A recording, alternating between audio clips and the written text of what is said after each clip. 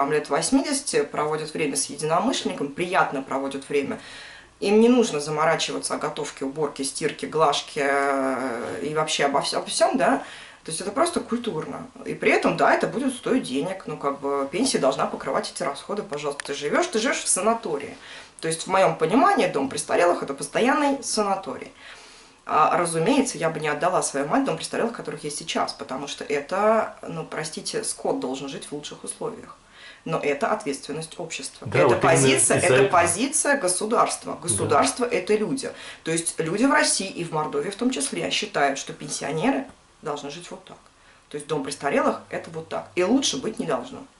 Что не нужно на это вкладывать деньги, что лучше мы купим Крым, отдадим еще куда-то денег, да? Простим долги Африке. Простим долги Африке. А вот наши пенсионеры, нет, вот хорошие типа дети будут держать матерей дома закрытыми в комнате, да, и орать постоянно, срываться, потому что можно сойти с ума, если ты постоянно живешь, там, не знаю, с пенсионером, у которого Альцгеймер, например, да? Или там с инвалидностью, опять же, то есть сложно обустроить в квартире, и, во-первых, дорого. Условия для пенсионеров-инвалидов. Те же там подъемные кровати с удобным способом мытья и всего остального. Вот, с тюрьмами то же самое.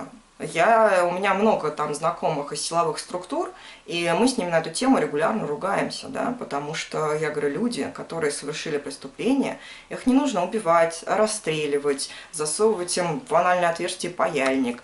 С ними это больные люди, это люди, которых били в детстве, которых унижали в детстве. Они не просто так пошли и убили человека, да, это все потому, что их родители с ними плохо обращались. Это если мы о жестких каких-то говорим. Или они вообще незаконно осужденные? Есть, ну да, нет, то есть заключенные, они разные. Есть с психологическим отклонением, соответственно, люди должны проходить лечение, их должны обеспечить таблетками. Они не виноваты в том, что у них есть там нарушения в организме. Им нужен, опять же, уход. Есть, не знаю, осужденные по экономическим преступлениям. В чем проблема? Почему он должен жить как... Я не знаю, кто, я не хочу. То есть у меня была идея съездить на экскурсию в тюрьму, но я боюсь, что я просто не выдержу этого. Почему он должен жить так, если он, не знаю, там, не уплатил налогов да даже на 1 000 000 рублей? Это недопустимо. Я молчу про незаконно осужденных, это вообще отдельная история, да, пытают в основном их, или политзаключенных, сейчас огромное количество в России, соответственно. Поэтому тюрьма должна быть другой. В тюрьме нет ничего плохого, и я не боюсь оказаться в тюрьме, даже там в российской тюрьме, потому что, ну, просто ты нарушил, вот тюрьма, вот у тебя срок. В смысле, Конституту, да? Ну, так, как он выглядит в России, так это... он как, ну да. Поэтому тюрьма должна выглядеть нормально, это должны быть нормальные комнаты, с нормальным санузлом, не знаю, с нормальной едой, с нормальными условиями, с возможностью читать. Да, там должны какие-то ограничения быть, но не такие адские условия. Вот у нас Толтаев сталинист недавно выяснилось, и когда Надежда Лаконникова прибыла в колонию... Его били в детстве, поэтому логично, что он сталинист. Ну, били, может, многих, но он все-таки надо и родителей осуждать, если они совершают. А он считает, что нет, все делали.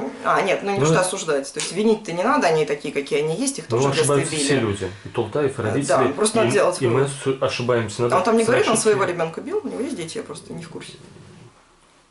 К сожалению, не знаю. Он не скрывает, как Путин, но я не знаю, не интересовался. Но вот когда Толоконникова прибыла в исправительную колонию в Мордовии, тоже руководитель колонии сказал: я сталинист, и мы не таких ломали, как вы. И там получается... Нет, но те люди, которые избивают, это психически нездоровые люди. Они не то, что не должны работать, с ними как раз должна также вестись работа психолога. То есть их надо на обследование проверять. Это ненормальные люди. То есть они должны сидеть даже не в тюрьме, они должны сидеть в дурочке. Вот. И, кстати, по поводу тюрьмы, опять же, то есть это институт, направленный на исправление людей. То есть у людей было какое-то прошлое, которое привело вот к таким поступкам. Задача тюрьмы – исправить это поведение. То есть объяснить человеку всеми возможными способами, что его поведение недопустимо, что можно жить иначе. Вот этой работы в России не происходит. Вот соответственно, тюрьма, она абсолютно бесполезна. А, соответственно, когда человек, там, не знаю, украл или еще что, украл, там, не знаю, банку пива, его посадили в тюрьму, потом там его пытали 2 года, да, ну, вряд ли он выйдет адекватным человеком оттуда. Вообще, любого человека, если Толтаева закрыть, не знаю, простите, ссать на него, засовывать ему в жопу паяльник, он не выйдет адекватным человеком. он выйдет просто сумасшедшим. Да, допустим, если сейчас представить, что... И люди просто, я не знаю, может быть, те, кто это делает, может быть, они не понимают, что их дети живут в этой же стране, среди этих же людей. Соответственно, те люди, которых пытали, они вполне возможно однажды подойдут к его ребенку или кому-то ребенку, да, и убьют или жену, или его. И я не могу обвинять людей этих в совершении этого действия, потому что, они не в себе. Мы, несли травму. не желаем это и Не, я просто условно. Потому что, действительно, вряд ли он кого-то там убьет на своем посту. Но вот, допустим, если какой-то следующий мэр захочет его компрометировать и какие-то лишние обвинения на него повесит, допустим, что-то захотят от него отобрать, и искусственно заведут дело, искусственно посадят Тултаева тоже к сталинистам, которые руководят исправительными колониями. Кстати, вот вы сказали, то есть я это осуждаю, это плохо, это не без разницы, кто бы как ни поступал. Хотя многие губернаторы попадают в эти условия, их тоже сажают, и вот они в этих... Они не попадают в этих условиях, у них нормальные условия, они договариваются с помощью финансов, у них другие комнаты, другие условия. Может быть. А вот вы сказали, я тоже согласен, вы поддерживаете то, чтобы у нас хоспис открыли в Саранске, чтобы действительно те родные, которые не могут выдерживать своего родственника, которому очень что ж, хотели бы или не хотели бы, это такой вопрос очень странный. То есть, например, у меня есть там предпринимательские предпосылки. Допустим, я бы хотела открыть такой хоспис. Я не уверена, что найдется достаточное количество людей, готовых платить, не знаю, там 20-30 тысяч рублей в месяц за такое содержание своих родителей. Многие, очень многие, то есть, опять же, народ достоин своего правителя, многие держат при себе своего там престарелого родителя, забирают у него пенсию, и содержат его в так себе условиях. То есть ничего ему не покупают. То есть они имеют бонус в виде его пенсии, при этом единственное, что он получает, это там, кормежку. Да, есть такие. А есть, конечно, такие, наверное, большинство тех, кто все-таки содержит у себя, понимает, что жить в доме престарелых этому человеку будет жить намного хуже, к нему будут хуже относиться, хуже кормить, и все-таки лучше с собой держать. Смотря какой дом престарелых. То есть в санатории, поселите своего родственника в санатории. Давайте вот нагоню ужаса. В конце сентября из Мордовии уехал руководитель штаба Навального и «Открытой России» Евгений Геннадьевич Пашутин. Вот почему я не могу до него дописаться. Да. 2 административных штрафа, арестовали счет, и грозила уголовная статья, и многим его коллегам из других регионов запретили выезд из страны. Вот он опередил события, выехал, и трудно его за это осуждать. И руководитель «Яблока» регионального отделения тоже умер, Владимир Евгеньевич Гридин, и я считаю, вот доведен до смерти тем, что его постоянными проверками прокуратуры домогали, довели сначала его до инфаркта, и так как он человек уже не молодой, как вот это... это отвратительно, просто это отвратительно. И это тоже... Это политическое преследование. А вот у нас Владимир Ильич Волков недавно в столице сказал, что у нас есть да, политическая уважаемые, конкуренция. пожалуйста, чиновники мордовские, если захотите организовать политическое преследование меня, пожалуйста, озвучьте это заранее, чтобы я выбрала страну, в которую я хочу уехать. Да. Я куплю билеты, доеду, а потом тут прям рвите и мечите, чтобы я смогла остаться в той стране, в которой... Вот Владимир Ильич Волков говорит, у нас есть политическая конкуренция в Мордовии. Нету. А вот вы еще говорили по поводу... Вернее, не говорили, но, наверное, тоже упоминали. Вот какая политическая конкуренция может быть, если нет выборов? Выборов нет. Глава назначается, мэр назначается. Я все правильно, ничего не путаю. Но утверждается избранным гражданами парламентом, госсобранием. А кто, когда избирает госсобрание, вообще кто-то знает, нет? Вот вы недавно какие там кандидаты? Меня пустят в это госсобрание, я не знаю. Ну, это тоже наша ответственность как общество, да? Да, я извиняюсь, я немножко смазала камеру. Ничего. Вот у нас в Мордовии живется, не знаю как, 69 тысяч инвалидам. Первой группы 10 143 человека, самая тяжелая первая группа. Как вам кажется, у нас в Мордовии им передвигаться и перемещаться? Да никак, как и по всей России, у меня папа инвалид. Соответственно, причем колясочник, то есть все, ему доступ на улицу закрыт. Причем я предлагала маме, говорю, может быть, сейчас мы там присмотрим какой-нибудь лифт, не лифт такой, который раскладной, то есть там у нас в доме как-то это сложно вообще сделать. В общем, как-то решили, наверное, это тяжело будет сделать. А ему бы хотелось? Как и всем? Как и всем. Хотелось бы ходить, гулять, смотреть, но это нужно очень сильно заморочиться, чтобы это сделать.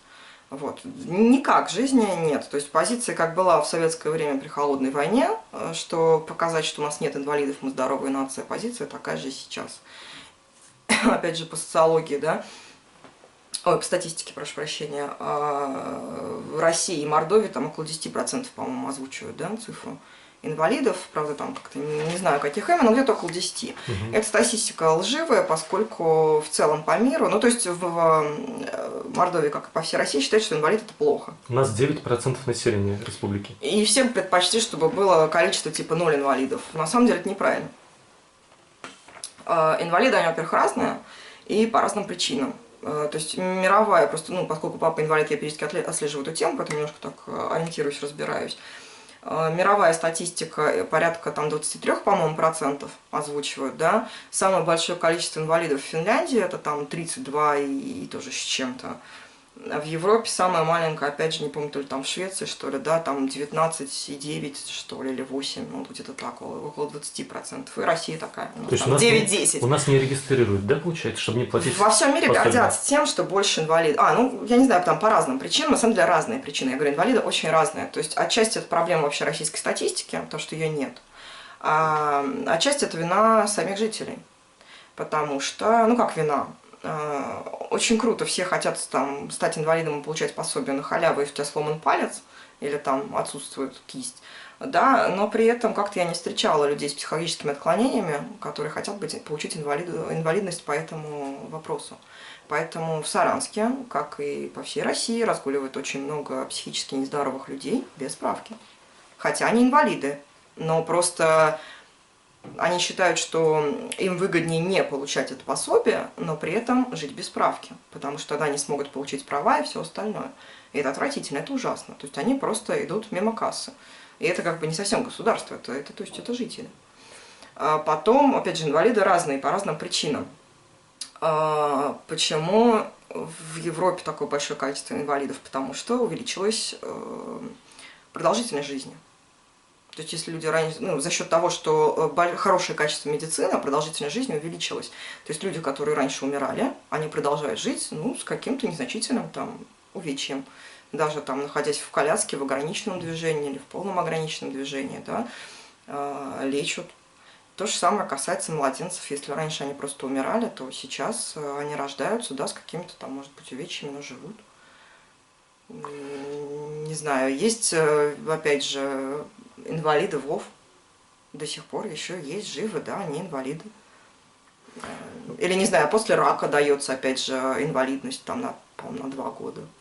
Вот известно, что после Великой Отечественной войны в нашей стране были сотни тысяч инвалидов, а многие из них были на улице, нищенствовали и просто передвигались по улице, и Сталин принял решение, чтобы не показывать обществу страшную цену войны, в которой Сталин показал себя как бездарный управленец, где потери были 6:1, боевые потери. Он принял решение спрятать всех инвалидов от я города, про это говорила, жителей. да, как в советское время прятали, так и сейчас прятают. И вот как вы считаете, как должно измениться наше общество, чтобы мы поддерживали не войну в Афганистане, где убито около 2 миллионов жителей Афганистана, не бомбежку Сирии, где около миллиона людей мы разбомбили за счет бюджетных средств, а добиться нашим финансированием такого, чтобы у нас люди жили лучше, чем... Деньги в России есть. Деньги в России Вот чтобы есть. наше общество их тратило чтобы люди жили лучше, чем в Европе. Будет запрос общества, будет тратить по-другому. Вот как должно изменить наше общество? Сейчас страх, не знаю, передо всем на свете для людей важнее того, что там их родители не могут перемещаться по улице, потому что они инвалиды. Вот как сделать так, чтобы убрать этот страх из И нашего все общества? считают, что это его не коснется. То есть люди, которые там, не знаю, делают среду в Саранске. Да какая среда? У нас дорог нет, у нас ямы везде. О какой среде для инвалидов мы сейчас говорим? И как нужно нам изменить наше общество? Требовать. Ну, во-первых, нужно захотеть. То есть нужно объединяться людям, которые, в общем-то, с хорошим интеллектом, которые понимают, что это необходимо. Нужно объединяться, нужно требовать. Можно митинги. Я понимаю, что митинг – это там отвратительное слово сейчас в России, но это нормальное слово. Можно устраивать, то есть все решают по-разному. Можно просто привлекать к этому внимание. Можно устраивать парад колясочников. Да, то есть вот он митинг, чтобы люди знали и как бы понимали. То есть многие не задумываются. Люди в России, да и в Мордовии, да, имеют очень ограниченный круг интересов. То есть это там, не знаю, поесть, поспать, выпить пиво, семья, заработать денег. То есть люди нищие, поэтому постоянно думают о том, что заработать денег, денег, денег, денег, да. Думать о других просто не хотят, и тяжело, и долго, и как это, да. А, соответственно, такие вещи, как парад инвалидов, они позволяют привлекать к этому внимание. Соответственно, там человек уже придет домой и будет думать не о том, что мне сегодня какой канал посмотреть, первый или второй, а о том, что да, плохо инвалидам живется. Опять же, инвалиды должны требовать, сами инвалиды. У них есть выход в интернет. То есть, пожалуйста, телефон. можно сделать ассоциацию инвалидов и требовать, хотим. Еще раз вспомним, что в Финляндии 80% граждан взрослых состоят в общественных организациях, а в России меньше 1%. И вот последняя новость, где мы берем пример, как раз вот о том, о чем вы говорите. То есть я тоже вот к этому же пришел, что вот это наш выход, что осенью в Нидерландах, в Германии, в Чехии и в Литве состоялись митинги, причем в отличие у нас в России, если там выходит несколько десятков тысяч, мы считаем, что крупный митинг, а на самом деле ни в одной стране, если выходят десятки тысяч, не власть в Мордовии слушает. вообще нет митингов. Ну, в Мордовии... Я видела один из них, но там было 30 человек, условно говоря. То есть здесь вообще люди настолько зашуганы, они боятся. Участвовать. Я говорю, просто митинг воспринимается как сразу свержение власти. Как революция, да. Революция. При том, что потом все радовались тому, что эта революция произошла, и все теперь хвалят Советский Союз. Ну, то есть, на самом деле, нужно в России ввести как обязательный предмет логику. Вот с детского сада и прям до дома престарелых, чтобы у всех развивали логику. Потому что логики в России нет совсем. Если все-таки То есть революция это плохо, но Советский Союз это хорошо. Да, и если обратить внимание на того, кого все-таки... Но при этом Путин молодец. Да, а Сталин дурак. Или там мудак, да, не знаю, простите за нецензурную брань. Прощаем. Ну вот, если посмотреть, кого у нас наказывают за митинг, что у нас есть такое заблуждение, что всех, кто идет на митинги, их обязательно наказывают. Все равно большинство из них это те, кто там касался полицейского, кидался. Конечно, тоже не составили наказывают наказания. за политические митинги. Митинги могут быть нормальны. И за экологические. То есть наказывают за те митинги, в которых у определенных организованных преступных группировок есть интерес. Да? То есть наказывают за митинг на Шиесе, потому что одним выгодно устроить свалку и вывозить туда мусор, да? А людям это невыгодно. Поэтому людей наказывают. Есть мирные митинги, вполне. Да. Я говорю, то есть парад инвалидов – это мирный митинг, который не затрагивает ничьих интересов. Распилить деньги на строительстве там, обычного тротуара, укладки плитки или того же самого, но с условиями для инвалидов, одинаковый. То есть, пожалуйста. Потому что власти тоже для того, чтобы распределять бюджет, на что потратить деньги, на инвалидов или там отдать на бомбежку Сирии, им тоже нужен общественный запрос. И для этого как раз митинги существуют, чтобы показать власти, что вот есть часть в обществе, которая вот активно за это. И власть даже может митинги это не покажут, это нереально. Им все равно, есть общественный запрос или нет. Опять же, Мордовия там не распределяет деньги ни на Сирию, никуда, она распределяет внутри. Но, опять же, своими действиями можно показать. Не знаю, я когда перееду, я просто сейчас временно живу не в Саранске, но я вот весной перееду, готовьтесь, я организую митинг и всякое давление на то, чтобы напротив Сити-парка появился пешеходный переход. Потому что отбойник и отсутствие пешеходного перехода – это издевательство. Это геноцид пешеходов, простите. Да? То есть это у людей нет другой возможности, кроме как передвигаться на автомобиле. Это неправильно, это мирно, это не затрагивает ничьих интересов. Более того, владельцы Сити-парка, если вы сделаете, там, если вы примете участие в создании этого пешеходного перехода, поток посетителей к вам увеличится. Вот и все. То есть это мирный, он не затрагивает ничьих интересов, вряд ли меня за это посадят. Я думаю, даже глава республики и мэр поддержат вашу инициативу, потому что только они как бы осуждают те, которые по каким-то политическим таким сильным вопросам. Ну, политическим, экономическим. Политики в России реально нет. Есть экономические интересы. То есть есть политические должности, которые с экономическими интересами. Вот если эти интересы не затрагивают, то все нормально. В общем, берем пример с нашей гостьей Натальей Николаевной. Ну, пока практики-то нет, пока мы просто общаемся. Да. Спасибо вам большое за интервью.